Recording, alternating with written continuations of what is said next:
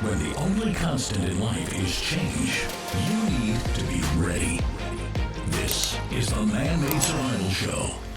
Hello everybody, my name is Jose from Man-Made Survival. Thanks so much for coming back to the channel and watching this video. I greatly appreciate it because all this information is very, very important, especially since we're talking about the possibility of going to war with China. This is the second video of the 3-part series that I'm doing. And the first video, we talked about how NATO is acknowledging that China is a rising power, that they're spending more money in their defense, and that they're, having a lot of influence, not only in South Africa, but also in South America, with the Belt and Road Initiative. So now another thing that we talked about in the previous video is how the United States and everybody in positions that matter, they're talking about how China is responsible for the virus, that because of the personal protective equipment, they can be held accountable. They have blood in their hands. They're saying those are acts of wars for not telling, the world soon enough that the virus was going on. Another thing that they're saying is that they're trying to find out if the coronavirus was made in a lab in Wuhan, like everybody has been saying, or at least in the independent media we're saying for a very long time. But anyways, before I go any further, I want to address something that somebody said in the comment section, saying that right now they don't believe it's time for us to go into the bug out mode, I guess. But what I do want to point out is that depending on the region that you live in the United States, is whether or not you're going to go ahead and bug out. For example, if you live in the city like New York or New Jersey, that right now they're hit pretty hard, and you can go ahead and bug out, then you should go ahead, because you don't want to be around everybody that's sick with all the measures that are being taken, especially if you're not working, But if you live in a region that doesn't have very many cases, that it's not really that big of a deal, then you don't see the need to bug out. However, the other part of that is that you need to have your self-sustained infrastructure in place. You go ahead and grow your food, because if you don't do the gardening thing on a regular basis, and you're gonna have to overcome the learning curve, and you're gonna fail a couple of times, especially with livestock. You can go out there and buy, let's say you bought 10 chickens, but what if you get a bad box that 4 or 5 died, and now you have for that? So then you're gonna have to go back and buy some more, and then buy some more, until you figure out if either you're doing something wrong, or the chickens were just weak and they just didn't make it. So there's gonna be a learning curve that you have to overcome if you don't do it on a regular basis. And at the very last moment, it's not something you want to do, because you may not be able to go out and buy some seeds.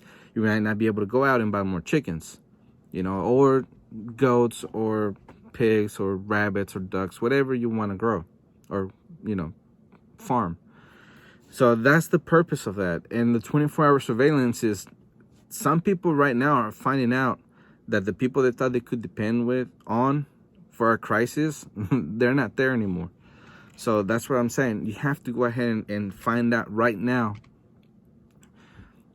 where the holes in your plants are, so you can patch them up and you don't have to suffer the consequences later. But anyways, what I want to start off with today is a video from True News, and this is Colonel Lunov from Russia. He's a defector, and he came to the United States, and he is telling the American people how Russia and China, because they're in the same plan, they plan on attacking the United States eventually.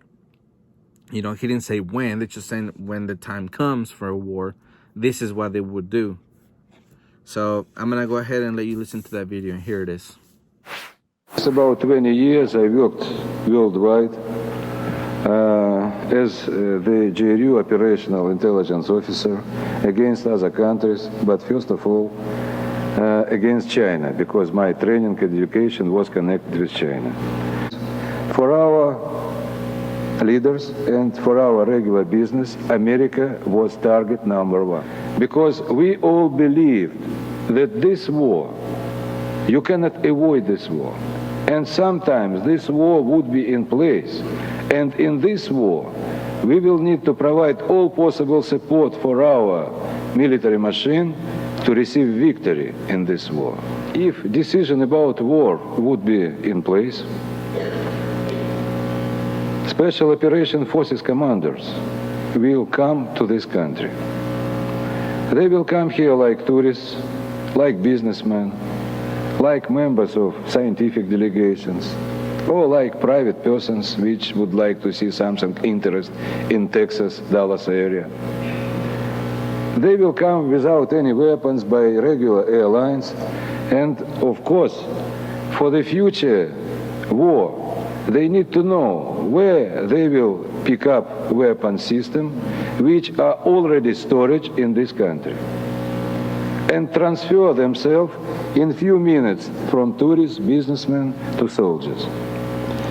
We, from Strategic Military Intelligence, provided all possible support for these commanders, and during peacetime we had obligation to find places for these so-called dead drops or storages for weapons system, communication devices, finally for documents, for all possible legalization papers. And during peacetime, in time when there is peace now, there is no war, we put weapon system in these storages, especially to be picked up by commanders who will fulfill their mission in time, in several days or few hours before real war would be in place. You understand that for so sensitive and important mission, these commanders need to have different types of weapons, not only handguns, submachine guns, machine guns, grenade launchers. They need to destroy targets which could not be destroyed by regular missile nuclear strike. Extremely highly protected targets in this country. Which targets? Chain of command: President, Vice President, Speaker of the House, Secretary of Defense, Joint Chief of Staff, and a lot of other people. They need to destroy power station, communication system. They need to destroy most important military installations which could not be destroyed by a regular missile nuclear strike. Why they need to destroy it? If I understand rightly, you do have a lot of former military just now. And you know that for the war preparation, every country has its own counter plan. And let's say if regular missile will start from Russia and would be directed to this country, after lunch, in few minutes, all this president, vice president, and other people in chain of command would be on their route for evacuation. And when regular nuclear strike will come here, they would be aboard of Air Force One, Air Force Two, Air Force 3, and some other planes. You don't know about these planes, but they are on the parking lot underground at Andrews Air Force Base and other places. And they will escape. But this time they would be targets for Special Operation Forces commanders. You know NORAD headquarters. NORAD headquarters.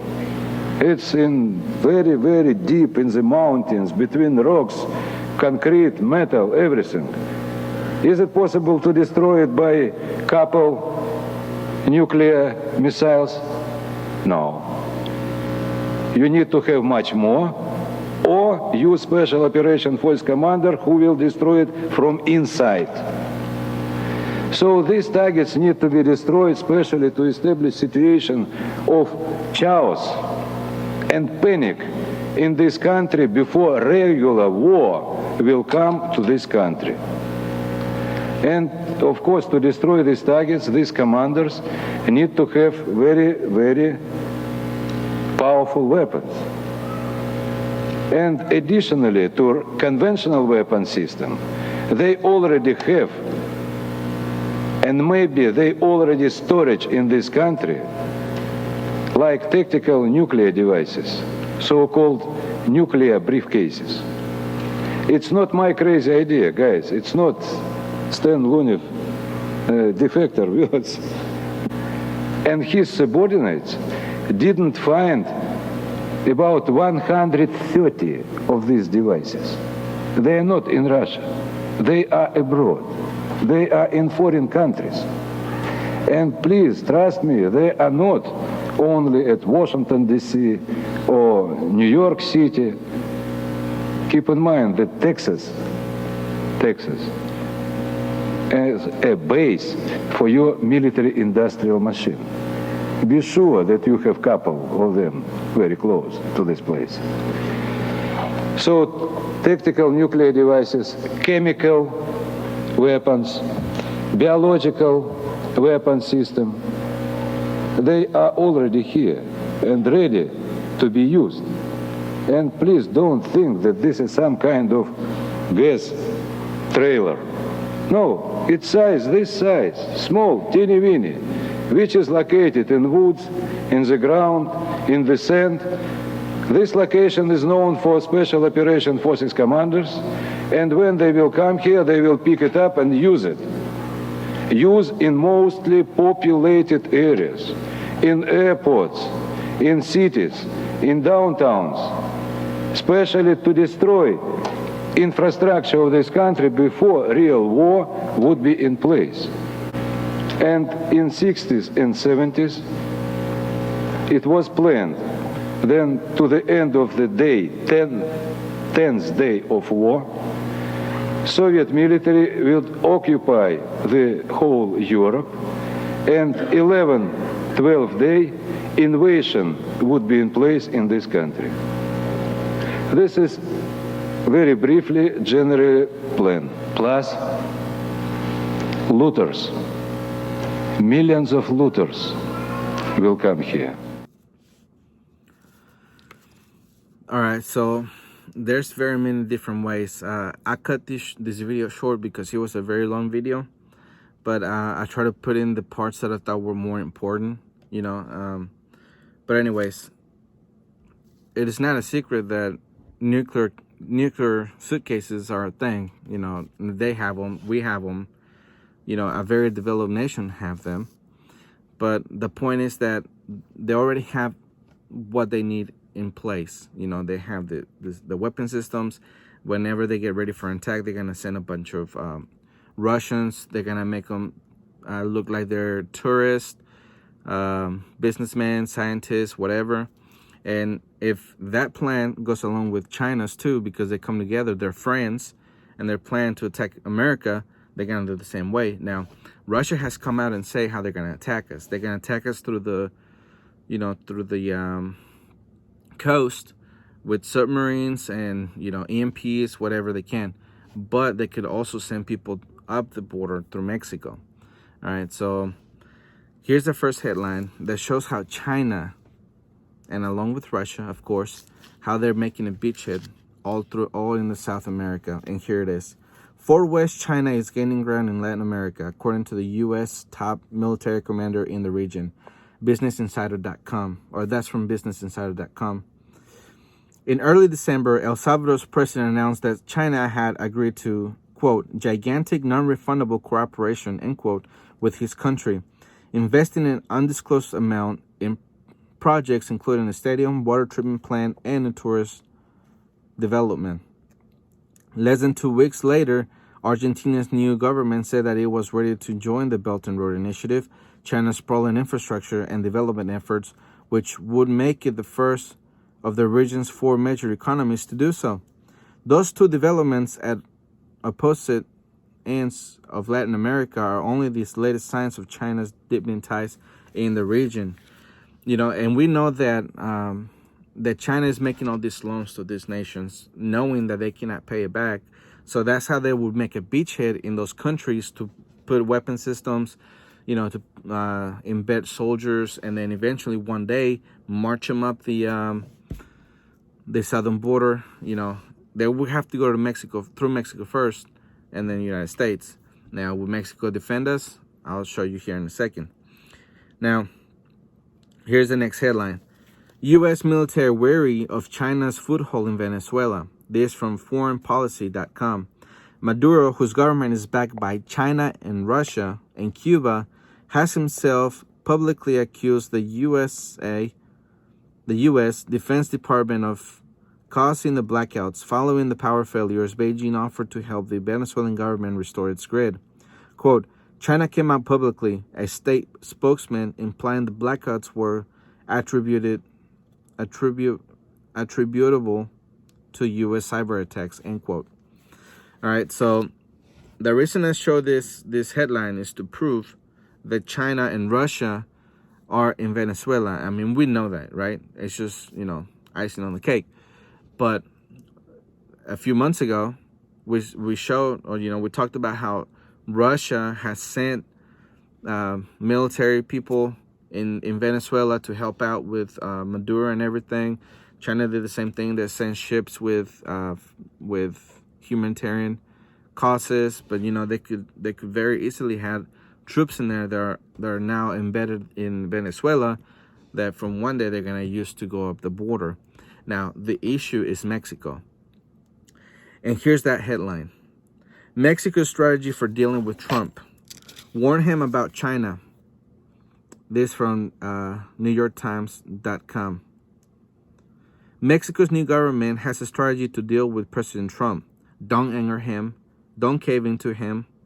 Try to get him to help fund an ambitious investment plan to stem migration by creating jobs in Central America. And if Mr. Trump cannot be persuaded, Mexican officials said in interviews that they will remind him that there is another player in the region willing to step into the vacuum: China. All right, so it is not a secret whatsoever, right, that the Mexican government is very, very corrupted. So it's going to be very, very easy for them to be paid off by China and or Russia to say, hey, listen, you're going to let some people in, they're going to be embedded here until the day we're ready to attack the United States, and you're going to let them march all the way through. And of course, also China and Russia would have to deal with the cartel, which is in the northern border, and say, hey, if you don't want trouble with a nuclear superpower, then you have to let us through. And they might even join forces, who knows? But the point is that how the Russian defectants said that they would send tourists, they would send businessmen, they would send, scientists that are going to act like they're civilians, like they're businessmen, like they're scientists, with the purpose of being an actual foot soldiers that come up the border. All right. So if Mexico is compromised, Venezuela is compromised, Argentina is compromised, El Salvador is compromised, then all these places will not stop an attack because they're buddies with them. So that is why you have to be ready. All right. But the other headline that I have is China may be conducting secret nuclear tests, the State Department warns. This from FoxNews.com. So pretty much what they think is that China is getting ready, testing their equipment, making sure that it's working. If they're getting ready for a war right now, then of course they're gonna be testing their systems. They're gonna be making sure that everything is in place for them to invade and attack the United States, which could be possibly why, the secret military task force has been assembled in Washington, D.C. to protect Washington, D.C. It's a no-brainer. It has to be protected. But before I let you go, all right, I'm going to throw you a curveball. What if all of this that we've been talking about, that the United States is blaming China about the personal protective equipment, that we're investigating to see the coronavirus came from a lab, people saying that these are acts of war and they want to go to war against China pretty much. What if all of this was just a cover-up for us to go to war with China because of oil? I'm going to throw you this curveball with this last headline. China prepares to close oil deal of a lifetime in Iraq. That's from Zero Hedge. All right, so if you remember a few months ago in January when the United States assassinated the Iranian top commander, leader, whatever he was, I don't remember his name at the moment, Iraq told the United States to get out of the country. So if there's another player right there that is replacing the United States with China, and they get all this oil, it could be a reason why, right? But anyways, I'll get into that article and other things that I have stored for you on the next podcast. So remember, my name is Jose Prado, always ready.